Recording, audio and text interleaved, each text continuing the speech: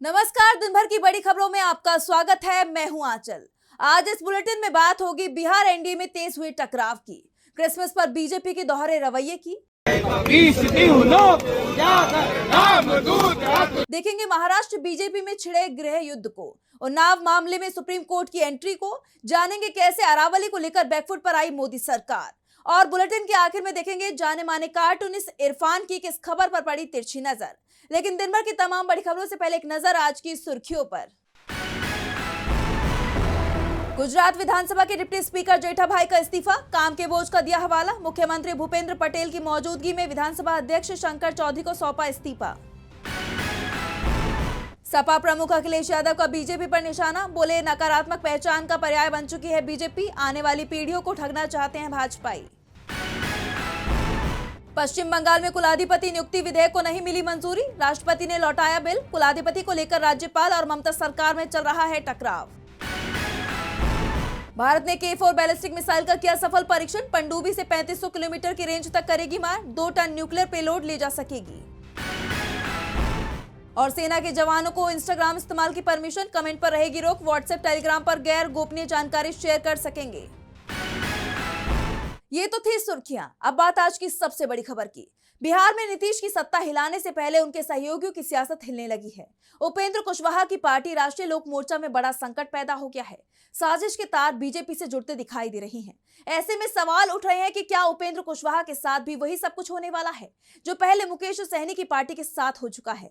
तो कैसे संकट में फंसते दिखाई दे रहे हैं उपेंद्र कुशवाहा, जानने के लिए देखिए ये रिपोर्ट। खरमास के बाद खेला होगा, अब तक बिहार की सियासत में इसकी चर्चा चल रही थी। दावे हो रहे थे कि जेडीयू कुछ बड़ा करने वाली है, लेकिन खेला खरमास में ही हो गया। एनडीए में शामिल उपेंद्र कुशवाहा की पार्टी आरएलएम में बड़ी फूट तय मानी जा रही है। इसके संकेत मिलना शुरू हो गए हैं। कुशवाहा की नीतीश से करीबी अब उनके लिए ही मुश्किल बन गई है। आरएलएम के विधायक अपने नेता से दूरी बना रहे हैं और ये सब पटना में दिखने भी लगा है। उपेंद्र कुशवाहा ने पटना में अपने आवास पर लिट्टी चोखा की दावत दी थी, नेताओं और पत्रकारों को बुलाया था, पार्टी के सभी विधायकों को न्योता दिया था। व्यक्तिगत रूप से फोन करने की भी खबर सामने आई थी, आने को कहा गया था, लेकिन सिर्फ आरएलएम विधायक स्नेहलता ही पहुंची जो उपेंद्र कुशवाहा की पत्नी हैं।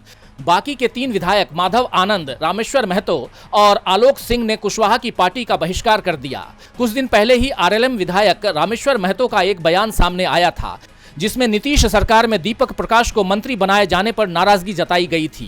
दीपक ना तो विधायक हैं और ना ही एमएलसी, लेकिन उन्हें मंत्री बना दिया गया था। उनकी जो सबसे बड़ी योग्यता है वो उपेंद्र कुशवाहा के बेटे होने की है। कुशवाहा ने अपने बेटे को मंत्री बनवा दिया, जिसके बाद से ही आरएलएम में नाराजगी दिख रही थी और आरोप लग रहे हैं कि बीजेपी इस नाराजगी को हवा दे रही है। इसीलिए आरएलएम विधायक उपेंद्र कुशवाहा की पार्टी में जाने की जगह बीजेपी के कार्यकारी अध्यक्ष नितिन नबीन से मिलने दिल्ली पहुंच गए। इन विधायकों ने नितिन नबीन से न सिर्फ मुलाकात की, बल्कि इस मुलाकात की तस्वीरें शेयर भी की हैं। फेसबुक पोस्ट में माधव आनंद ने लिखा, भारतीय जनता पार्टी के नवनिर्वाचित राष्ट्रीय कार्यकारी अध्यक्ष नितिन नबीन से उनके पदभार ग्रहण के उपरांत औपचारिक एवं शिष्टाचार भेंट कर उन्हें हार्दिक बधाई एवं शुभकामनाएं दी।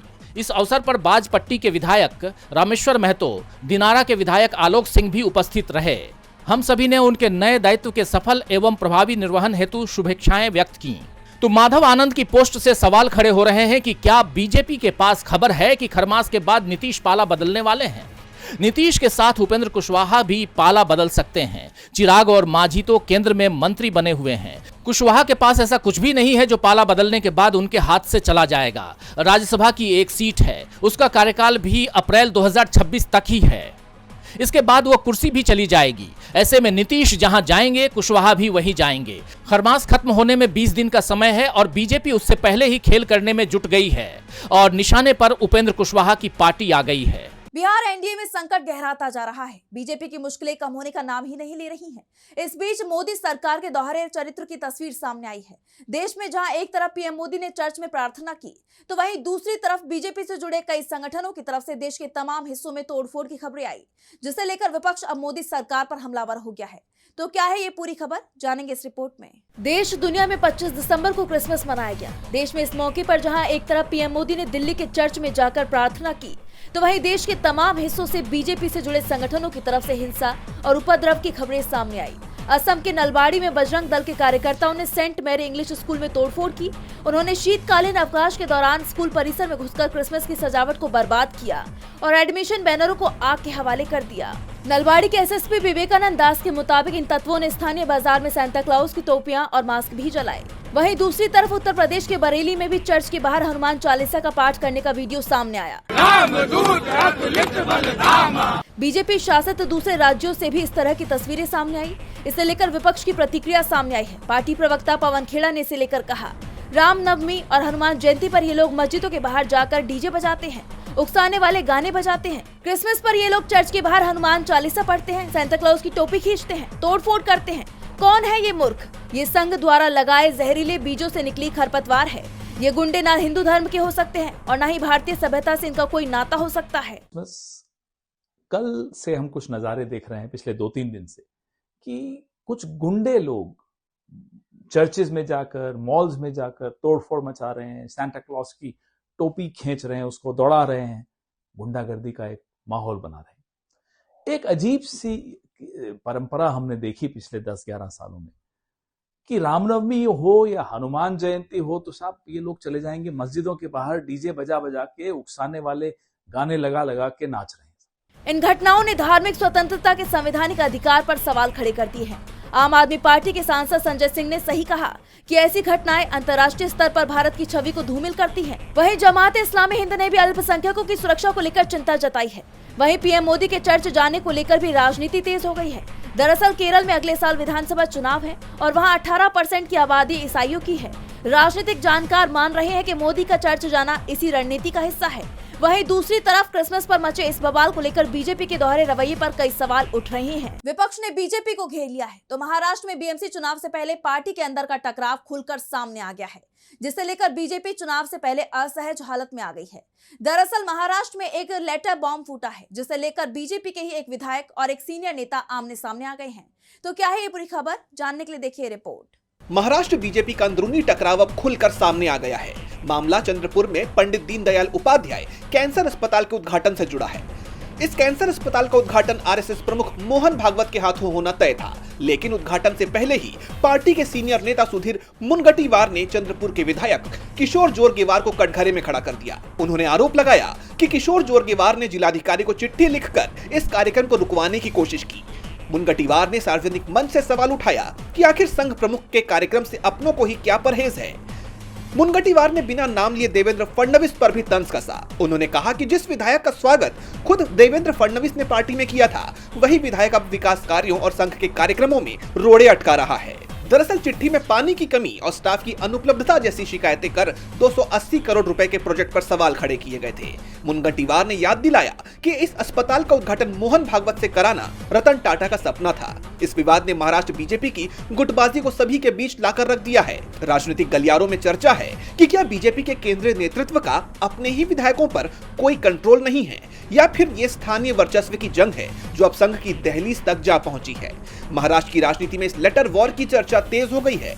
बीएमसी चुनाव से पहले राज्य से ऐसी खबर का आना बीजेपी के साथ साथ पूरी महायुति की एकजुटता पर सवाल खड़े करता है। अब देखना होगा कि चुनाव से पहले बीजेपी अपनी इस अंदरूनी कलह को कैसे शांत करती है। महाराष्ट्र में बीजेपी की मुश्किलें बढ़ती दिखाई दे रही हैं, तो उन्नाव मामले में दोषी कुलदीप सिंह सेंगर की भी मुश्किलें खत्म होती नहीं दिख रही, क्योंकि इस मामले में पीड़िता को कांग्रेस सांसद राहुल गांधी का साथ मिल चुका है और अब ये मामला सुप्रीम कोर्ट पहुंच गया है, जिसके बाद ये माना जा रहा है कि मामले में आरोपी सेंगर की मुश्किलें बढ़ने वाली हैं।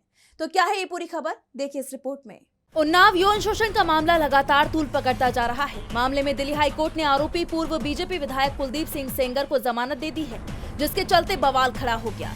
वहीं अब ये मामला सुप्रीम कोर्ट जा पहुंचा है। सेंगर की जमानत को सीबीआई ने सुप्रीम कोर्ट में चुनौती दी है। एडवोकेट अंजलि पटेल और पूजा शिल्पकार ने अदालत में याचिका दायर कर हाईकोर्ट के आदेश पर रोक लगाने की मांग की है। याचिका में कहा गया है कि हाईकोर्ट ने इस बात पर विचार किए बिना आदेश पारित किया कि निचली अदालत ने ये टिप्पणी की थी कि सेंगर को जीवन भर जेल में रहना होगा। याचिका में ये भी कहा गया है कि सेंगर के गंभीर आपराधिक इतिहास और दुष्कर्म जैसे जघन्य अपराध में संलिप्तता साबित होने के बावजूद हाईकोर्ट ने उसकी जमानत सजा निलंबित करके कानून और तथ्यों दोनों में गंभीर गलती की है। जैसा आप जानते हैं कि इस मामले में सेंगर को जीवन भर जेल में बिताने की सजा दी गई थी और अब कुछ शर्तों के साथ दिल्ली हाई कोर्ट ने जमानत दे दी है, जिसके बाद से पीड़ित परिवार में डर का माहौल है। पीड़िता ने सिंगर की जमानत को लेकर प्रदर्शन भी किया और कांग्रेस सांसद राहुल गांधी से मदद की गुहार भी लगाई। पीड़िता ने इस सिलसिले में राहुल गांधी से मुलाकात भी की और मांग की कि उन्हें सुप्रीम कोर्ट में निर्दोष लड़ाई लड़ने के लिए एक शीर्ष वकील मुहैया कराया जाए, जिस पर राहुल गांधी ने उन्हें भरोसा दिलाया कि वो इस मामले में उनकी मदद जरूर करेंगे और उन्हें एक अनुभवी और भरोसेमंद वकील दिलवाएंगे ताकि वो सिंगर के खिलाफ मजबूत मुकदमा लड़ सके। वहीं अब पीड़ित परिवार को राहुल गांधी का साथ मिलने के बाद ये मामला सुप्रीम कोर्ट में पहुंच चुका है। ऐसे में आगे क्या होता है ये देखना होगा। एक तरफ जहां उन्नाव मामले में बीजेपी घिर गई है, तो दूसरी तरफ अरावली को लेकर मोदी सरकार बैकफुट पर आ गई है। मोदी सरकार को एक बार फिर जनता और विपक्ष के दबाव में झुकने के लिए मजबूर होना पड़ा है। अरावली के मुद्दे पर पर्यावरण मंत्रालय ने आदेश जारी कर दिया है और आदेश ये है कि अरावली में अब कोई नया खनन पट्टा यानी लीज जारी नहीं किया जाएगा। लेकिन सवाल यह है कि क्या इस आदेश के बाद भी विपक्ष का विरोध जारी रहेगा? तो क्या है पूरी खबर, जानेंगे इस रिपोर्ट में। अरावली को लेकर केंद्र सरकार का आदेश चर्चा में है। सरकार ने दिल्ली से गुजरात तक नए खनन पट्टों यानी लीसेस पर रोक लगा दी है। ऐसा करके पर्यावरण मंत्रालय ने संदेश देने की कोशिश की है कि वो इन पहाड़ों को बचाने के लिए गंभीर है, लेकिन विपक्ष और राजनीतिक जानकार इससे संतुष्ट नहीं है। दरअसल इस आदेश की टाइमिंग पर कई सवाल खड़े हो रहे हैं, क्योंकि ये आदेश 24 दिसंबर को आया और 26 दिसंबर को कांग्रेस अरावली के मुद्दे पर सड़कों पर उतरने वाली थी। विपक्षी घेराबंदी से ठीक पहले सरकार का ये फैसला बताता है कि जनता के दबाव में बैकफुट पर आना मोदी सरकार की मजबूरी बन गया है। कांग्रेस नेता अशोक गहलोत और जयराम रमेश ने इसे बोगस डैमेज कंट्रोल और हेडलाइन मैनेजमेंट करार दिया। विपक्ष का सवाल है कि सरकार का आदेश कब तक लागू रहेगा, ये तय नहीं है। वहीं परेशानी इस बात की भी है कि सरकार के आदेश के बावजूद अरावली को लेकर 100 मीटर की परिभाषा जस की तस है। तो क्या ऐसा कर भविष्य में सरकार अपने चहेते माइनिंग समूहों के लिए पिछले दरवाजे का रास्ता खोलने की तैयारी में है? कहा जा रहा है कि नए पट्टों पर रोक फिलहाल एक अस्थायी राहत है, लेकिन अरावली का असली संकट अभी टला नहीं है। अरावली दिल्ली एनसीआर का सुरक्षा कवच है। अगर इसकी परिभाषा के साथ खिलवाड़ हुआ तो रेगिस्तान को दिल्ली पहुंचने से कोई नहीं रोक पाएगा। जानकारों का मानना है कि आज अगर सरकार को अपने कदम पीछे खींचने पड़े हैं तो ये जनता और विपक्ष की एकजुटता की पहली जीत है। लेकिन असली जीत तभी होगी जब अरावली की वैज्ञानिक परिभाषा को हमेशा के लिए सुरक्षित किया जाएगा और 100 मीटर वाला प्रयोग बंद होगा। मोदी सरकार पर कई सवाल खड़े हो रही हैं, तो सवाल पश्चिम बंगाल में एसआईआर को लेकर भी बने हुए हैं। विपक्ष लगातार इस प्रक्रिया का विरोध कर रहा है और अब बीएलओ को लेकर एक ऐसी खबर सामने आई है जिसने राज्य का सियासी पारा हाई कर दिया है, साथ ही चुनाव आयोग और बीजेपी की मुश्किलें बढ़ा दी हैं। तो क्या है ये पूरी खबर, देखिए ये रिपोर्ट। पश्चिम बंगाल में अगले साल विधानसभा चुनाव होने हैं, जिसे लेकर राज्य में एसआईआर की प्रक्रिया चल रही है। विपक्ष लगातार इस प्रक्रिया को लेकर सरकार पर कई आरोप लगा रहा है। इस बीच पूर्व बर्धमान जिले के कटवा इलाके में एक बड़ा विवाद खड़ा हो गया है। दरअसल इस इलाके के booth level officer Amit Kumar Mandal अचानक गायब हो गए हैं। अमित कुमार मंडल पेशे से शिक्षक हैं और केतुग्राम के उधरनपुर प्राइमरी स्कूल में पढ़ाते हैं। वो कटवा विधानसभा क्षेत्र के बूथ नंबर 23 के बीएलओ थे। परिवार वालों के मुताबिक 23 दिसंबर की सुबह करीब 10 बजे अमित बाजार से घर लौटे, अपनी मोटरसाइकिल खड़ी की और परिवार से कहा कि उन्हें बीएलओ की मीटिंग के लिए जाना है। इसके बाद वो बाहर निकले, लेकिन शाम तक घर नहीं लौटे और अब कई दिन बीत चुके हैं, लेकिन उनका कोई पता नहीं चला है, जिसे लेकर राज्य सरकार चुनाव आयोग और बीजेपी पर निशाना साध रही है। आपको याद होगा एसआईआर के कारण बीते वक्त कई बीएलओस ने खुद की जान ले ली थी, जिसे लेकर कहा गया था कि काम के प्रेशर की वजह से बीएलओस ऐसा करने पर मजबूर हो गए हैं। इसके अलावा आपको याद होगा कि बीते वक्त कई राज्यों में चुनाव आयोग ने एसआईआर की समय सीमा भी बढ़ाई थी, लेकिन बंगाल में एसआईआर को लेकर बदलाव नहीं किया गया, जिससे राज्य का सियासी पारा और हाई हो गया। अब देखना ये होगा कि बीएलओ अमित कुमार मंडल के लापता होने को लेकर चुनाव आयोग और बीजेपी की तरफ से कोई बयान आता है या नहीं। चुनाव आयोग और बीजेपी की मुश्किलें कम होती नहीं दिखाई दे रही हैं, तो कैब सेवाओं का इस्तेमाल करने वालों को बड़ी राहत मिलने वाली है। कैब सेवाओं का इस्तेमाल करने वाले यात्रियों के लिए जल्द ही कई बड़े बदलाव देखने को मिलेंगे। सरकार ने महिलाओं की सुरक्षा को देखते हुए बड़ा फैसला किया है, तो क्या है वो फैसला, जानने के लिए देखिए रिपोर्ट। महिलाओं की सुरक्षा को देखते हुए केंद्र सरकार ने बड़ा फैसला किया है। अब जल्द ही राइड बुकिंग एप्स के जरिए आप अपनी पसंद के मेल या फीमेल राइडर को चुन सकते हैं। इसके साथ ही ट्रिप पूरी होने पर आप अपने ड्राइवर को टिप भी दे सकेंगे और ये पूरी की पूरी टिप ड्राइवर को ही मिलेगी। दरअसल ऑनलाइन कैब सेवाओं में जल्द ही बड़े बदलाव देखने को मिल सकते हैं। केंद्र सरकार ने मोटर व्हीकल एग्रीगेटर गाइडलाइंस 2025 में कुछ बदलाव किए हैं, जिसे राज्यों को लागू करने के लिए कहा गया है। ओला, उबर और रैपिडो जैसे कैब प्लेटफॉर्म्स अब अपने ऐप में यात्रियों की सुरक्षा और पारदर्शिता बढ़ाने से जुड़े नए फीचर्स जोड़ने जा रहे हैं। खास बात तो यह है कि महिला यात्रियों को अब फीमेल ड्राइवर चुनने का ऑप्शन मिल सकेगा, लेकिन ड्राइवर उपलब्ध होना चाहिए। सरकार के इस फैसले का मकसद पैसेंजर्स की सेफ्टी बढ़ाना है। खासतौर पर महिलाओं की सुरक्षा को देखते हुए ये फैसला किया गया है। ऐसे में सवाल उठ रहे हैं कि आखिर ये नियम कब से लागू होगा। हालांकि नोटिफिकेशन में अभी कोई साफ प्रभावी तारीख नहीं दी गई है, इसलिए इसे जारी होने की तारीख से ही प्रभावी माना जाता है। जुलाई 2025 में जब मोटर व्हीकल एग्रीगेटर्स की मूल गाइडलाइंस जारी की गई थी, तब राज्य को इन्हें अपनाने के लिए 3 महीने का समय दिया गया था, जिससे ये साफ होता है कि अभी कोई फिक्स्ड टाइमलाइन नहीं बताई गई है। लेकिन बहुत जल्द ही ये नियम लागू हो जाएंगे। ऐसे में महिलाएं बिना डरे सुरक्षित यात्रा का लाभ ले सकती हैं। और बुलेटिन के आखिर में देखेंगे जाने माने कार्टूनिस्ट इरफान की किस खबर पर पड़ी तिरछी नजर।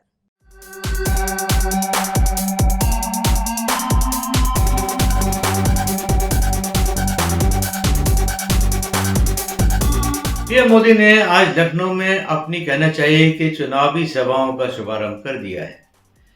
उन्होंने भूतपूर्व प्रधानमंत्री अटल बिहारी वाजपेयी की प्रतिमा का अनावरण किया और अपने तमाम भाषण के अंदर लोगों को यह भी बताया कि भाई यहाँ पर ब्रह्मोस मिसाइल का निर्माण भी होगा, यहाँ पर बनाई जाएंगी ब्रह्मोस मिसाइलें। जैसे कि ब्रह्मोस मिसाइल से रोजगार मिल जाएगा, सड़कें मिल जाएंगी, बिजली मिल जाएगी, पानी मिल जाएगी, महंगाई कम हो जाएगी क्या, चीज़ें सस्ती दरों में मिल जाएंगी क्या? क्योंकि लखनऊ को मुस्कुराने के लिए पहले इन सब चीज़ों की ज़रूरत है।